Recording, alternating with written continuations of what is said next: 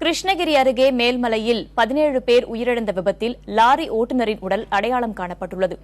மேலுமலையில் lorry, பேருந்து, car மோதி நேரிட்ட விபத்தில் 17 பேர் உயிரிழந்தனர். மேலும் 22 பேர் காயங்களுடன் மருத்துவமனைகளில் சிகிச்சை பெற்று வருகிறார்கள். இவர்களில் இருவரின் நிலை கவலைக்கிடமாக இருப்பதால் உயிரிழப்பு அதிகரிக்கும் என்று அஞ்சப்படுகிறது. இந்த சூழலில் விபத்துக்கு முக்கிய காரணமான லாரியை ஓட்டி வந்த ஓட்டுநரின் உடல் அடையாளம் காணப்பட்டுள்ளது. அவர் வேலூர் மாவட்டம் ஆம்பூரை சேர்ந்தவர் என்று தெரியவந்துள்ளது. இந்த விபத்தில் உயிரிழந்தவர்களில் 12 பேரின் உடல்கள் அவர்களது உறவினர்களிடம் ஒப்படைக்கப்பட்டுள்ளன.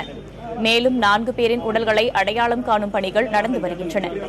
உயிரிழந்தோரின் குடும்பத்தினருக்கு தமிழக அரசு அறிவித்த நிவாரண உதவிகள் வழங்கப்பட்ட நிலையில் கிருஷ்ணகிரி அரசு மருத்துவமனையில் சிகிச்சை பெற்று வருவோரை நாடாளுமன்ற துணை சபாநாயகர் தம்பிதுரை நேரில் சந்தித்து ஆறுதல் கூறினார்.